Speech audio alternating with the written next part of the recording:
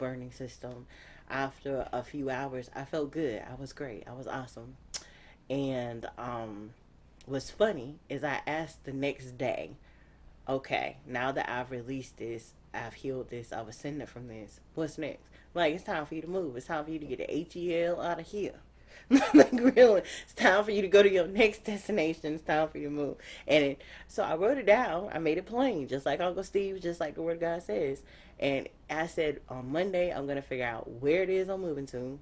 I'm going to figure out how I'm going to move there. And I'm going to set the intention that before that time gets here, I'll have more than enough money to be able to make it happen. And I'm going to tell you how it works. I got up the next day. Excuse me. I actually called here and to see if they had anything available. And I found out that not only did they not have anything available, but they were completely and utterly booked out all the way up until January. And at this time, this was August. And the other reason why this man came into my life at that moment is because it was about to be my mother's first birthday since my mom had been buried in the ground, since she had died. And my mom actually bought this man to me so I wouldn't have to spend that time by myself, so I wouldn't be on my own. I just thought that was like so unique. And then going back in my notes when I was cleaning the fast notes out of my phone, and I saw that note, and I saw the date of his birthday, and I saw the time that I had wrote that note. All of that had came together. It came together just like that. It wasn't my set intention for things to fall out that way. I just did what I was being guided to. Because I even remember the night that I wrote it. I was laying back against the headboard, and something just told me to get my phone and just write out what it is that was coming to me. And what was coming to me is that I just met a soulmate, and everything was good between us, and da da da da da. That's what ended up happening. And true and in G, just like I wrote it on a piece of paper that Monday, before the end of the day on Monday, not only did I know that I was going to be moving across the street, but I also knew, excuse me, how much it was going to cost. And I also knew who was going to be taking me. Everything fell into place just like that. But back to that conversation between me and my friend. It just made me feel some type of way. I was like, no. I'm starting to feel like every single time somebody touched me, like somebody's got to touch me in order for me to get to the next level in my life. I didn't understand it. I didn't get it. I really didn't. I didn't comprehend it. I really didn't. It wasn't until recently, this adjustment period, adjusting period I'm now going through right now. And while I was out with Nora early today, leaning against her and just sitting in the moment, soaking it all up. And I was actually showing her gratitude for being there for me on yesterday. That it occurred to me, okay, you know, I've been saying to a few of my friends, I need my work husband. Not, I need a husband. Not, I want to replace my current mate. It don't have anything to, honestly, it has absolutely nothing to do with him. And it doesn't have anything about being in a romantic relationship. When I literally say work husband, I kind of fell in love with person of interest for a while now. And I needed to get back to it again recently and everything. So that's how I even got on HBO Max.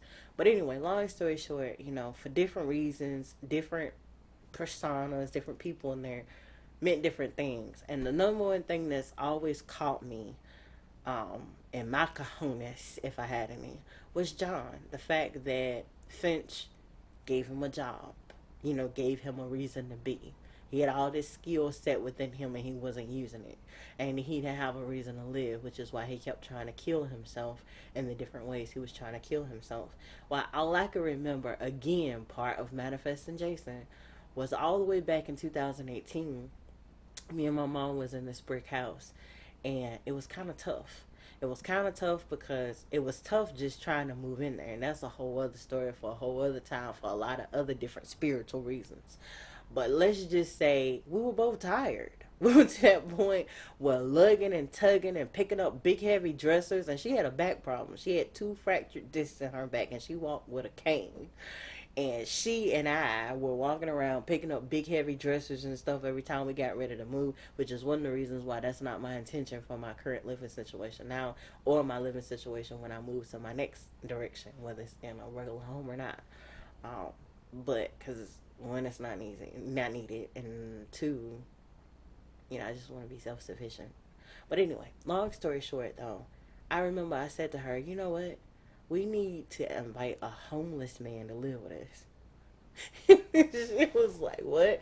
I was like, yeah. Like, I was excited about it. I was like, we need to invite a homeless man to come live with us. And she was like, well, why do we need to do that? I said, well, most of them are just looking for something to eat, clean, decent, one place to sleep. Not really looking for any type of real, full on responsibility. And it's got to be, at least when I didn't know about manifestation back then, but what I would have been basically I was saying in so many words was, let's manifest this person into our lives. Let's not in our lives for the benefit of having a romantic relationship. It's just the point of being able to help, do the heavy lifting, um, be the protection, the bodyguard, if you will, being that male in the home, that when we go and we do certain things, we're not on our own, we're not by ourselves. We'll help support them as well as give them a certain amount of money. And for me now, that's changed even more because it's just me. And I think about, okay, I want to travel. Okay, I've been starting to look at van camping. I have no desire whatsoever to live in a van full time. None of that. I love watching other people do it. Not my interest. I do want to do camping though. I do want to get in there for maybe like 2 or 3 days, and go out into, and I'm willing to do that on my own. But my point though is, if I was trying to, I don't know, go to Vegas or something like that, I'm planning on doing conferences and inviting people out. People can be a bit kooky. I, back in the day, wanted to take my webcam business on the road, go meet different clients and whatnot in person, even do in person shows, as a stripper and whatnot. Whole debut and situation that is over. That's done. Not because I can't do it, I just don't want to. Like I said, outside of talking about it here, um, outside of actually doing it, if this relationship that I'm currently in does not stay healthy and does not go to fruition for long term, you know. But outside of that, no. But everything else, my other businesses, my business as a apothecary, as a psychic, as a healer, going and meeting people in person, traveling to see people, I really don't want to do those things on my own. And quite frankly, I've spent a huge chunk of my life waiting to meet the one, thinking when I met the one, that person would be vibrationally compatible to getting it with me. You know what I'm saying? Us making money together. And this relationship, what it has cost me and also taught me, along with the last one, the last real one, is just because you love a person and you may even marry them, you may spend the rest of your life with them, it doesn't necessarily mean that a power couple it makes. You may end up being a power couple eventually. You may not ever be a power couple. You may always do things separate and outside of each other, and that's okay. But it doesn't mean that you can do it all on your own. And that's the reason why I'm in a position such as now, where he says a lot. Oh, you don't like the relationship, blah blah blah. Blah. Go and get in another relationship or whatever.